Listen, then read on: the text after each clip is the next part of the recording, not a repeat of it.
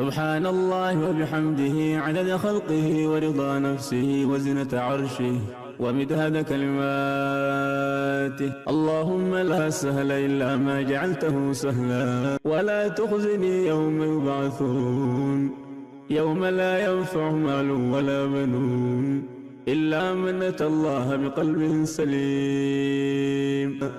بسم الله الرحمن الرحيم. السلام عليكم ورحمة الله وبركاته. كلنتي وعنا وناكسن إذن هانتين كسو دواد ولاليال kanaalkeena Kamil Training oo aanu ka baahina culumta IT iyo teknolojiyadda.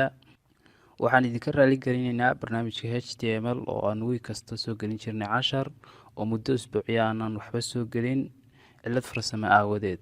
Waayahay kulanti wanaagsan iyo isku soo noqod haboon.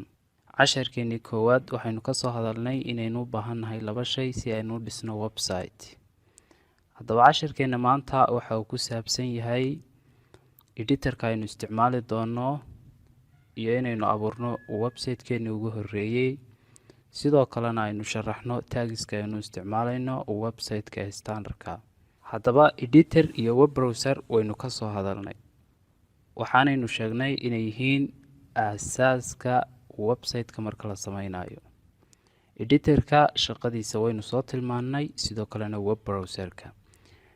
muhiimadda ma saari doono browser-ka aynu isticmaalayno, balse editorka aynu adeegsan doonaa waxa uu noqon doonaa editorka loo yaqaano Notepad++. editorkani waa editor free si free baad ugala soo degi kartaa browser-ka adoo ku qoraya Notepad++. loogadiisa kuu soo baxaysana waa loogada jiirka fuushan qalinka oo waad la soo degi kartaa intaad internet-ka gasho hab firiya, sidoo kale isticmaalkiisuna waa fudud yahay. sababta kale aan ku doortay editorkan isticmaalkiisa ayaa ah editorkani waa editor ku habboon dadka basic ah ee programming-ka baranaya. sababtu tahay tag kasta oo aad furto si automatically isuma soo xidhayo, tag kasta aad furaya adigana xidhaya. editorada kale waxaa jira qaar markaad tag furto si automatically kuu soo xidhaya taggii. taasina ma fiicna qofka programming-ka, waayo qofka programming-ka waxaa loo baahan yahay inuu codeska uu xifdiyo oo aanay waqti ka qaadan inuu baadho codeskii. haddii aanad xifdiyin codeska waqti badan ayay kaa qaadanaysaa inaad raadiso. waayahay editorka aynu isticmaalayno waan soo sheegnay waa Notepad++. waxaan soo furano editorka ama applicationka aynu isticmaali doono codingka. qaybtan start menu-gan tegayna waxaan ku qoraynaa Notepad++. waa kan open. application-keennii wuu inoo soo kacay. waxaynu joognaa interface-kiisii hore ee application-ka. marka aynu rabno inaynu sameyno website, laba mid ayaa laynooga baahaya inaynu file soo furano isla markaana aynu save garayno. kadib ayaynu wixii qoraala iyo taagisa ku qori doonaa. ugu horreyn waa inaynu file soo furanaa. laba habbood ku soo furan kartaa Ctrl+N adoo isticmaalaya shortcut-ka, iyo inaad qaybta file ay ku qoran tahay aad tagto, kadibna aad kasii doorato new. waad ujeedaan 3 daaqadood ayaa inoo furan, daaqada koowaad iyo daaqada labaad iyo tan saddexaad. tan saddexaad ayaynu save garayn doonaa. waxaynu tegaynaa file, waxaynu kasii dooranaynaa save as. kadib waxaynu tegaynaa goobta aynu computerkeena kaga save garaynayno filekan. anu desktop-ka ayaan dhiganayaa. desktop-kii waa kan. folder ayaa jira aan samaysto HTML lessons. halkan aan ka baadhno waa kan. folderka markaan imaado halkan hoose ayaad imaanaysaa. waxaad ku qoraysaa magaca uu yeelanaya filekaagu.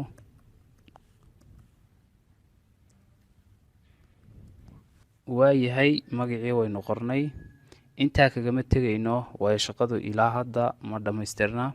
waxaynu raacinaynaa sumadda ay leedahay luuqadan loo yaqaano HTML-ku. waxaad raacinaysaa .html. intaa markaad qorto save.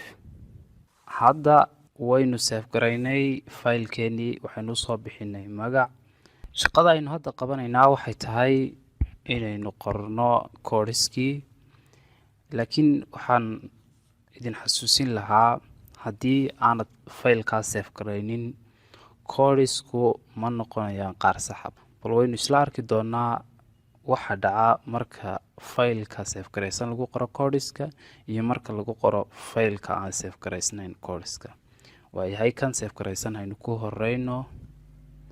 waxaynu furaynaa taag loo yaqaano html. waynu soo xidhaynaa xaggin hoose ayaynu inter taabanaynaa, kadibna faylka html ayaynu soo xidhaynaa. html waynu furnay, waynu soo xidhnay. taagiskan waxyaabahay qeexayaan iyo waxyaabahay u taagan yihiinba waynu arki doonaa. waxaynu furaynaa taag kale oo loo yaqaano head. hoos ayaanu digaynaa, waxaynu soo xidhaynaa headkii hadda aynu furnay, waynu xidhnay. taagga headka ayaynu ku dhex qoraynaa taag kale oo loo yaqaano title. title isaga hoos u degi mayno, balse xagga hore ayaynu kasoo xiraynaa. title aan hordhac kasii bixiyo shaqada inoo qabanayo. shaqada inoo qabanayo taaggan loo yaqaano title waxay tahay magaca website-ka ayaa lagu qoraa labada title dhexdooda. hadda magac aynu bixino website-ka inaynu sameynayno my first website. okay, qoraalka hadda aynu ku qornay my first website marka lasoo kiciyo website-ka ayuu kasoo baxaya qeybta kore ee browserka. oo haddii aynu tijaabino imanka website-kan waxaa loo yaqaana golden market. xaggiisa sare waxa ku qoran golden market ee browserka korkiisa. marka qoraalka title lagu qoro halkaas ayuu kasoo muuqanayaa. aynu ku noqono website-keenii aan wadnay. haye markaan title dhamayno waxaynu halkan furaynaa taag kaloo loo yaqaana body. hoos ayaanu degaynaa, halkaa html-ka ku xigta ayaynu kasoo xidhaynaa body. hadda body waynu soo xidhnay, waxaanaynu sidoo kale dhammaystirnay qaybihii taagiska ee aasaaska u ahaa html. intan waxaa loo yaqaanaa standard html. oo intani haddii wax ka mida ay maqan yihiin website-kaagu ma dhammaystirna, islamarkaana amarada aada siiso waxba kama bedelayaan. marka labada boodi dhexdooda waxa gala website-ka shay kasta oo la rabo inay arkaan dadku oo ay daalacdaan. waxaa soo hoosgalaya qoraalkii, waxaa ka mid ah fiidiyowyadii, sawiraantii, codadkii, waxaas oo dhan ayaad ku qoraysaa. marka inagu qoraal tijaaba ayaynu sameyneynaa. imanka haddii aynu sidan ku save garayno control s oo aynu soo kicino, waxba ma arkayno qoraala oo website-keena ama browserkeena kasoo baxaya. sababtu tahay waxa aynu qornay oo keliya koodhiskii ogolaanayay inay soo muuqato waxyaabaha la rabo inay dadku arkaan. waayahay, markii hore waxaan soo sheegnay farqiga u dhexeeya faylka html-ka ee la save gareeyo iyo pageka html ee aan la save garayn. marka daaqadan labaad oo aynaan save garayn ayaynu qoraynaa bal xoogaa taagisa si aynu aragno farqiga u dhexeeya. iminka waad ujeedaan labada taag ee aan qoray ee midna html-ka yahay midna headka yahay, midabkoodu waa madow. midabkan faylkan aynu save garaynayna waa buluug. marka farqiga ayaa u dhexeeya. haddii taagiska aada qoraysa aanay buluug ahayn, taasi waxay tilmaamaysaa in faylkaaga uu yahay mid aan save garaysnayn, markaa dhinaca safeta wax ka khaldan yihiin. farqigaas ayaa u dhexeeya. waayahay, halkan ayaynu qoraal ku qoraynaa si aynu u aragno browserkeena inuu kasoo muuqdo h1.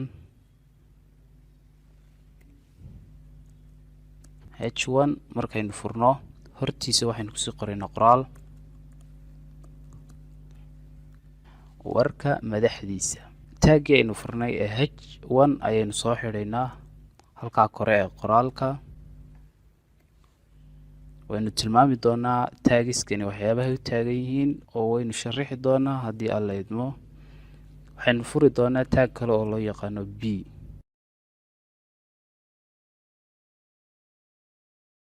qoraalka imika aynu qornay waxaynu soo xidhaynaa taaggii aynu furnay b oo aynu qaybta kore ee qoraalka kasoo xidhi doono b. waayahay hadda waxaynu dhamaystirnay taagiskii waynu qornay, sidoo kale qoraal dhexe ayaynu sameynay aynu ku qornay labada boodi ee midna furan yahay midna xidhan yahay dhexdooda. qoraalkaasi labada qoraalba waxay noqon doonaan kuwa soo muuqda, laakiin h1 iyo b daasi ma soo muuqanayaan.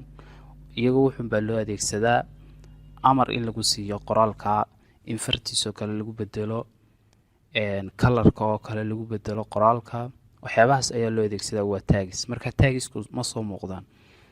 website-keenan aynu qoraalkan ku sameynay iyo isbedelkan inta aynaan ka bixin baynu save garaynaynaa control s inagoo shortcut ka isticmaalaynaa, ama intaad file tagto waxaad kasii dooranaysaa save. iminka wuu inoo save garaysan yahay, markaa save ayaad ku dhufanaysaa.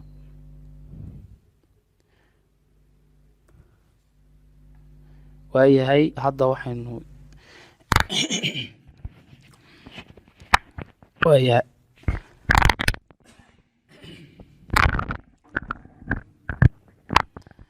waayahay hadda waxaynu tegi rabnaa. waayahay hadda waxaynu soo kicinaynaa website-kan aan sameynay. waxaan tegaynaa qaybta kore ee application-keena ay run ku qoran tahay. optionska inoo soo baxaya ayaad ka dooranaysaa ka saddexaad oo noqonaya launching a chrome. launching a chrome, aniga chrome baa igu jira browserkaas, laga yaabo adiga in waxyaabo kale kuusoo dhiga sida spark oo kale. kaa uu kuusoo dhiga unbaad ku dhufanaysaa si uu kugu soo kiciyo filekaaga. oo browser kasta markaa sidaynu horeba kusoo tilmaanay uu soo kicinaya fileka html-ka. marka launching a chrome waa kan website-keeni, waa kan magacii kore aynu bixinay my first website, waa ka xagga sare ee browserka kasoo muuqday. sidoo kale h1 qoraalkaynu dhex gelinay waa kaa oo ay ku qoran tahay warka madaxdiisa. sidoo kale bd furnayd iyo bd xidhnayd qoraalkaynu dhex gelinay waa ka isna halkaa kore kasoo muuqday. labadan qoraal waxaa muuqata inay kala weyn yihiin. sababta keentay waxay tahay labada taag ee inu kala isticmaalnay ayaa kala duwanaa.